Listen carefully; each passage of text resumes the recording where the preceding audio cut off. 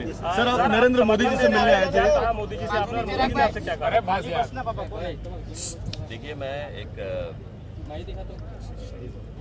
कुछ ही दिन पहले मैं यहाँ पे गुजरात के दौरे पे आया था और उसी वक्त से नरेंद्र मोदी जी और मेरे सर थोड़ा ऊंचे से अच्छे संबंध स्थापित हुए। जब मैंने ये सारी जो चीज़ें चल रही थी उससे मैं जब मैं उनको मिला तब थोड़े से परेशान थे वो। लेकिन जिस दिन सुप्रीम कोर्ट का एक डिसीजन आने के बाद मैंने उनको फ़ोन किया, उनको बधाई दी, साथ ही साथ सर्टिफिकेट की ज़रूरत नहीं थी, वहाँ से अमेरिका से भी एक सर्टिफिकेट आ गया उनके लिए, तो इसलिए मैंने उनको फ़ोन किया था एक 5-6 दिन पहले बधाई देने के लिए, और मैंने उनको कहा था कि मैं आके मिलूँगा आपको। उसी दिन मुझे आना था जिस दिन उनका जन्मदिन था, लेकिन उस वक्त पता चला कि ये मोदी जी अनशन पे बैठे हैं, तो मैं बोला 3 दिन में कभी भी मैं जाके आके आपको मिल के आऊँगा मैं। बस उसी कारण मैं आज यहाँ पे आया हूँ, उनको मिला हूँ मैं और बधाई दी उनको। नरेंद्र जी का स्टेट मामला है, इसके बारे में आपका क्या विचार है? मतलब इनको किस तरह से देखते हैं राज्य? देखिए, सद्भावना तो होती ही है, लेकिन मुझे लगता है कि सामने वाले भी ज़्यादा सद्भावना से अगर सोचे तो ये सारी चीज़ें हो सकती हैं।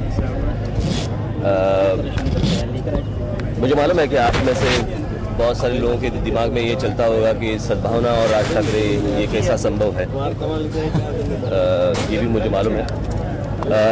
मेरा भी वही कहना है कि आज मोदी जी के सवाल आप मुझे लगता है आप मुझे मत पूछिए, लेकिन अगर मेरे बारे में अगर मैं बता दूं, अगर मेरी पार्टी के बारे में बता दूं, तो सद्भावना तो मन में होती ही है, लेकिन उसके लिए सामने वाले जो लोग होते हैं उनको भी एक ठीक तरह से रहना पड़ता है, ठीक तरह से सोचना पड़ता है, ठीक तरह से बात करनी पड़ती है। उसके बाद मुझे लगता है कि ये सद्भावना की बात आगे बढ़ सकती है। राज्य ऐसे में एक पॉलिटिकल सवाल ये है कि क्या आने वाले समय में जो आपके नरेंद्र मोदी जी से अच्छे रिश्ते बन रहे हैं, बीजेपी से भी अच्छे रिश्ते बनेंगे, या सपोर्ट देने की अगर बात कभी आई महाराष्ट्र में, गुजरात में या केंद्र में, तो क्या आप साथ देंगे? देखिए, मुझे लगता है कि मैंने लास्ट टाइम मैंने यहाँ पे आके मैंने कुछ कहा था कि राजनीति से भी आगे कुछ संबंध होते हैं और एक मित्रता होती है, एक सद्भावना होती है। वो एक मुझे लगता है कि हर एक चीज़ को अगर राजनीति के नज़रिए से देखें तो वो गलत है। लेकिन अगर प्रधानमंत्री दावेदार हैं, वो प्रधानमंत्री पद के सबसे बड़े दावेदार के रूप में उभर रहे हैं उनको। ये देखिए, नरेंद्र मोदी जी, मैंने उस वक्त यही कहा था, नरेंद्र मोदी जी अगर प्रधानमंत्री बनते हैं तो बहुत खुशी की बात है। नरेंद्र मोदी जी जैसे काम करने वाला अगर कोई भी शख्स इस देश में हो, अगर वो प्रधानमंत्री बन सकता है, तो मैंने उस वक्त यही कहा था कि फिर नरेंद्र मोदी क्यों नहीं, अगर वो बन सकते हैं तो ये बड़ी खुशी की बात है। सर एक सवाल, आपका स्टाइल जो है वो बड़ा एग्रेसिव माना जाता है, आप भाषण में एकदम कहते हैं कि आग उगल रहे हैं आप लाल साहब ठाकरे की तरह। दूसरा, नरेंद्र मोदी को भी देश में ऐसे नेता के तौर पर जाना जाता है, जो एक अंदाज है उनका। पहला भाषण दिया 9 साल बाद, गुजरात दंगों के बाद पहला भाषण था, बहुत मन का गुबार निकाला। आपने सुना होगा कि किस तरह से उन्होंने कहा कि मेरे विरोधी मुझ पर हमला बोलते रहे और मैं झेलते रहा, 9 साल तक मैं पत्थरों से पुल बनाता रहा। आपको लगता है कि उनका पूरा गुबार मन का निकल गया, अभी कुछ निकलना बाकी है? नहीं, ऐसी नहीं है। आप अगर भड़काते रहेंगे तो ये तो बार बार होते ही रहेगा ना। मुझे लगता है कि आप सवाल अगर इन चीज़ों के बारे में अगर कम पूछें या उनके किसी के भी ऊपर अगर इस तरह के एलिगेशंस होते रहेंगे तो ये कभी खत्म होने वाली बात नहीं है।